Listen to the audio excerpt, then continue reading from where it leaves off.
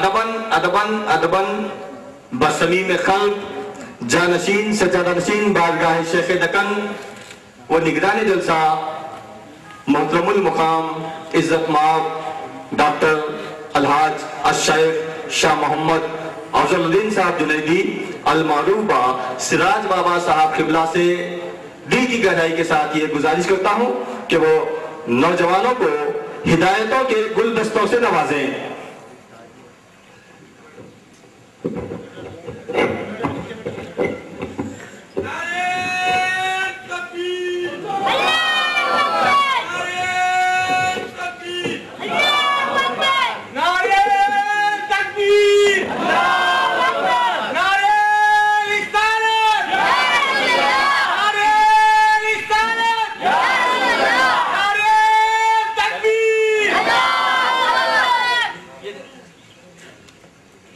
السلام علیکم ورحمۃ اللہ وبرکاتہ۔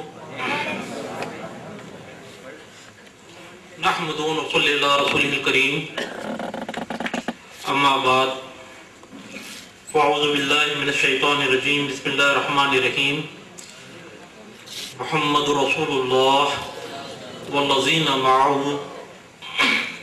بسم اللہ الرحمن الرحیم۔ ان اللہ وملائکتہ یصلون علی النبی یا ایھا الذین آمنوا صلوا علیہ وسلموا تسلیما۔ صلی اللہ علی نبی الامی وآلہ وسلم، صلاۃ و سلام علیک یا رسول اللہ صلی اللہ علیہ وسلم۔ ادبگاہ زیر آسماں گش نازک تر، نفس گم کردہ می آیت جنید و بایزید اینجا، بمصطفیٰ برساں خیش را کے دی ہماوست، اگر باو نہ رسیدی تمام بولا بیست۔ نمی دانم چے منزل بود شب جائے کہ من بودم، نمی دانم چے منزل بود شب جائے کہ من بودم، بحرس و رقص بسمل بود شب جائے کہ من بودم۔ خدا خود میر مجلس بود اندر لامکان خسرو، خدا خود میر مجلس بود اندر لامکان خسرو، محمد شم محفل بود شب جائے کہ من بودم۔ سبحان اللہ سبحان اللہ۔ امام احمد رضا فاضل بریلوی علیہ الرحمہ ارشاد فرماتے ہیں، اللہ کی سرتا با قدم شان ہے یہ، سبحان اللہ سبحان اللہ۔ اللہ کی سرتا با قدم شان ہے یہ، انسان نہیں انسان وہ انسان ہے یہ، سبحان اللہ۔ قرآن تو ایمان بتاتا ہے انہیں، ایمان یہ کہتا ہے میری جان ہے یہ۔ معزز و محترم و محتشم مشائخین عظام، علماء کرام، خصوصاً مہمان واعظ محترم علامہ مولانا احمد اشرفی صاحب قبلہ، کیونکہ وقت کافی ہو چکا ہے،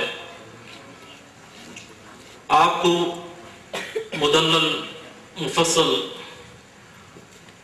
اس عنوان کے تحت، عشق رسول صلی اللہ علیہ وسلم کے عنوان کے تحت آپ کو سننا ہے، کیونکہ ہم اہل سنت الجماعت ہیں ہی عاشقوں کی جماعت ہے۔ سبحان اللہ سبحان اللہ۔ ہم بات کرتے ہیں تو عشق رسول کی ہی بات کرتے ہیں، بے شک، اور عاشقوں کے لیے کوئی وقت کی قید نہیں ہوا کرتی، ہر وقت وہ سرکار کے گن گانے میں بتا دیتے ہیں، گزار دیتے ہیں۔ ابھی آپ نے مولانا سید شاہ قاسم بخاری صاحب سے بڑی پرمغز تقریر سرکار دو جہاں صلی اللہ علیہ وسلم کے نسبت رکھنے والی اشیاء اور نسبت رکھنے والے تمام چیزوں کی تعظیم کے متعلق آپ نے بڑے اچھے دلائل سے اس بات کی وضاحت کی. بس میں آپ کے درمیان اور مولانا کے درمیان زیادہ حائل نہ ہونا چاہوں گا. چند باتیں عرض کر کے اپنی بات ختم کروں گا. معترضین کا اعتراض عشق لفظ پر ہوتا ہے جی کہ عشق لفظ آیا کہاں سے ہے.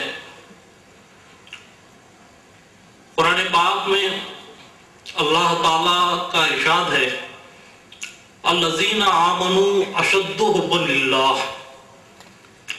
ایمان والے وہ حضرات ہیں، وہ لوگ ہیں جو اللہ سے شدید محبت کرتے ہیں، اللہ سے کوٹ کوٹ کر محبت کرتے ہیں. اب یہاں پر لفظ حب آیا ہے، اس کا معنی محبت ہے، لیکن اس سے پہلے اللہ نے لفظ اشد کا اضافہ فرمایا ہے. شد خود ہی شدت بیان کرتا ہے، شد خود ہی شدت کا اظہار کرتا ہے. شد بھی نہیں بلکہ اشد آیا ہے، یعنی یہاں اس میں تفضیل کا صیغہ آیا ہے، بلکہ مبالغے سے یہاں پر بیان ہو رہا ہے کوٹ کوٹ کر حد درجے اللہ سے محبت کرنے والے. یعنی حب سے پہلے اگر شدت آ جائے، حب شدید ہو جائے، حب محبت حد درجے ہو جائے تو اسے عشق کہا جاتا ہے. تو لہذا ایمان والے وہ ہیں جو اللہ سے کوٹ کوٹ کر، یعنی لفظ عشق یہاں پر رکھ دیں تو برابر فٹ ہو جائے گا. مولانا یہاں موجود ہیں کہ اللہ سے عشق رکھنے والے ایمان والے ہیں. اس کے بعد حدیث پاک میں بھی رہبری ہوتی ہے. مشہور حدیث پاک آپ سنتے جاتے ہیں کہ ایمان والوں کی وہاں پر بھی تعریف بیان کی گئی ہے. لا یؤمن احدکم اکون احب الیہ من والدہ وولدہ والناس اجمعین، کہ ایمان والا ہو ہی نہیں سکتا جب تک سرکار سے یہاں پر احبہ حب بھی اس میں تفضیل سے آیا ہے، شدید محبت نہ کرے، حد درجے محبت نہ کرے، وہ ایمان والا ہو ہی نہیں سکتا. اور اس کے بعد کئی محبتوں کا ذکر ہو رہا ہے.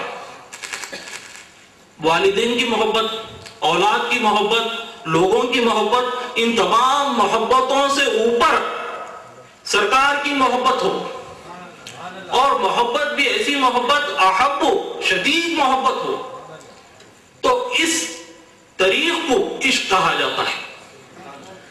تو لہذا سرکار دو جہاں صلی اللہ علیہ وسلم کے عشق کے بغیر ایمان مکمل ہی نہیں ہو سکتا. سرکار کی تعظیم، سرکار کا عشق، سرکار کی محبت آپ صحابہ اکرام کے زندگیوں پر اگر طائرانہ نظر ڈالیں تو وہ گروہ عشق تھا، وہ شاخ کا گروہ تھا. بس انہوں نے سرکار کی ذات سے ایسا عشق کیا کہ وہ مقام صحابیت پر فائز ہو گئے. اسی پروانوں کا ذکر اللہ رب العزت قرآن پاک میں یوں فرماتا ہے محمد رسول اللہ والذین معہ، کہ سرکار محمد صلی اللہ علیہ وسلم اللہ کے رسول ہیں، اور ان کے اطراف و اکناف، ان کے اطراف و رہنے والے کا یہاں پر ذکر ہو رہا ہے، ان کے قربت میں رہنے والے. محمد رسول اللہ والذین معہ، آپ کی سنگت میں رہنے والے، آپ کی مائیت میں رہنے والے. آپ سرکار دو جہاں صلی اللہ علیہ وسلم اگر مثل شمع ہیں تو پروانوں کی طرح آپ کے اطراف رہنے والے وہ شاخ ہیں. تو لہذا آج کی مجلس میں اختصار سے عاشقوں کی طرح صرف لفظ محمد صلی اللہ علیہ وسلم سرکار دو جہاں صلی اللہ علیہ وسلم کا اسم مبارک ایسی شان والا اسم مبارک ہے جس کو اللہ نے حمد کے پردوں سے نکالا ہے. اللہ نے حمد کے پردوں سے اس میں مبارکہ ظہور فرمایا ہے. اور آ جائے اس حدیث قدسی سے بھی عشق کی رہبری ہوتی ہے جس کے بارے میں صوفیہ ہمیشہ اپنی کتابوں میں ذکر کرتے ہیں. کنت کنزا مخفیا فاحببت ان عرف فخلقت الخلق. بعض جگہ فخلقت النور بھی آیا ہے کہ میں چھپا ہوا خزانہ تھا, میں ایک چھپا ہوا خزانہ تھا, میں نے چاہا, میں نے محبت کی, میں نے عشق کیا کہ میں ظاہر ہو جاؤں, تو میں نے نور مصطفیٰ کو تخلیق دی. تو لہذا اللہ کی ذات کے مظہر اتم اگر کہیں تو سرکار کی ذات ہے. مولانا نے پرسوں بڑی اچھی بات کہی, جس طرح کائنات وحدانیت میں اللہ رب العزت لا شریک ہے, کائنات وحدانیت میں اللہ کا کوئی شریک نہیں ہے, اسی طرح کائنات رسالت میں حبیب کا کوئی شریک نہیں, سرکار دو جہاں وطن کی ذات کا کوئی شریک نہیں. تو لہذا آپ کلمے کو اگر غور دیکھیں, لا الہ الا اللہ محمد رسول اللہ, یہاں پر حرف عاطفہ واو بھی نہیں آیا. اللہ کے بعد شروع ہو رہا ہے فوراً محمد, یعنی اللہ کا عکس, اللہ کے جلوے, اللہ کی قدرت کا مظاہرہ اگر کرنا چاہ رہے ہو فوراً محمد کی ذات کو دیکھ لو.